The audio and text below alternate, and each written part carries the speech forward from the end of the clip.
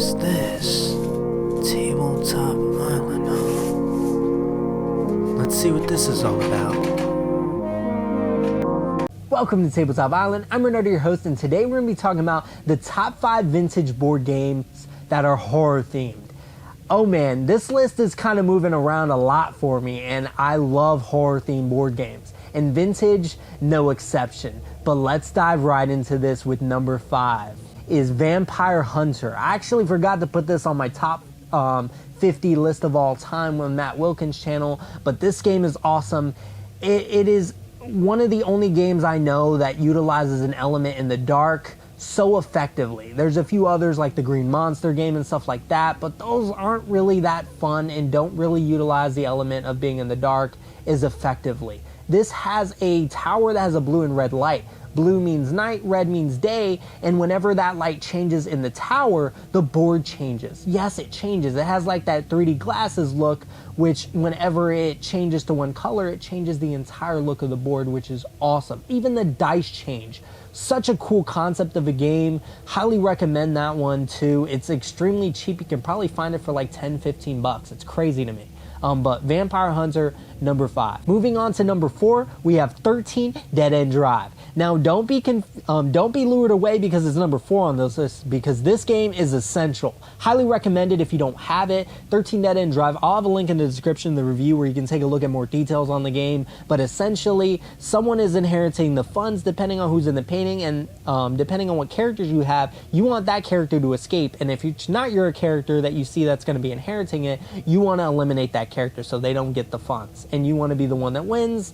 There's a few different ways to win, but yeah, if you want more details on that, take a look at my review. That game is awesome. 13 Dead End Drive, number 4. Moving on to number 3, we have Seance. Seance is a record player board game. It's definitely probably the rarest record player board game, or one of the rarest. Let me not say the rarest, one of the rarest record player board games. It has a built-in record player into the kind of table itself, and that's what creates the Seance. And it essentially creates different price points for some of the items that you end up obtaining, because you're trying to get the maximum amount from the inheritance and win the game. So the record dictates so much and changes the game entirely each time you play, so the replayability is just off the charts. It's such a unique game, super creepy. The voice, obviously, by Orson Welles doesn't kind of steer away from it being even less creepy, because man, his voice is awesome. Love it, and I've always been a big fan of his anyway.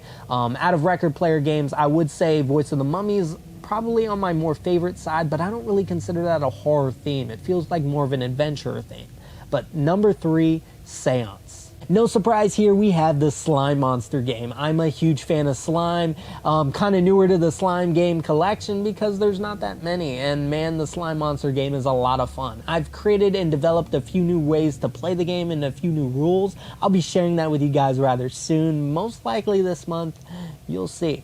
But there's a bunch of different ways that you can play the game. The game, the way it is also perfectly fine, but I found a few different interesting ways to kind of really amplify the fact that the monster's just drooling slime over you and sending you back to the high school, where hopefully you'll learn your lesson. Really my favorite line in almost all of my reviews. Take a look at that. There will be a link in the description where you can take a look at the review for that game. That game is awesome. And without further ado, number 1, Horror House, no contest. This game is awesome. It is another record player game, probably the rarest. That's why I stopped myself with Seance. This game is awesome. It has a death head in the middle, and you are going around to escape the horror house, be the first, or else you're trapped for all eternity. Yikes. But the goal of the game is whenever you're going through different rooms, and you kind of break through the lock, you have to fight a monster. These are kind of Japanese horror themed monsters, some classics like Dracula, but for the most part it is Japanese horror, and it's awesome. Such unique stuff, and it has kind of these little tales on each card, but I'm not going to give too much info away. Take a look at my review. It's awesome. Highly recommend that one. And with the record player, you take a little sword, put it into the death head, and either screams, laughs, or kind of has dropping weapons. But if you want more info on what that means, take a look at my review. That game is number 1 for a reason. I want to recommend it too, but man, its price point's really high, and it's really hard to find complete, if you find it even incomplete, which is also pretty hard, surprisingly.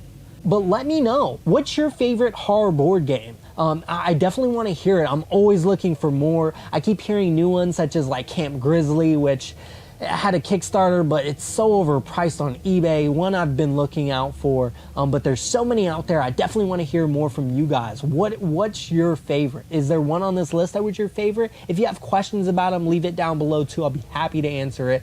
But that's honestly all I have for you guys today. As I've mentioned before, every day for this entire month I'll be releasing a new video, whether it's a bonus review, a how-to, or maybe even just a ghost story. I'll be keeping the theme and we'll be having a whole lot of fun. I hope you guys are enjoying it so far. Now, if you are interested in notifications, there's a bell up there somewhere. Please like, comment, subscribe. I appreciate any feedback. I'm trying to make these videos more and more outrageous, and with your guys' help, I have been doing so. As for the regular schedule, we have Monday, regular board game reviews, Wednesday, weekly update/talks, and then on Fridays, my vintage board game reviews. That is all I have for you guys today. I'll see you guys next time.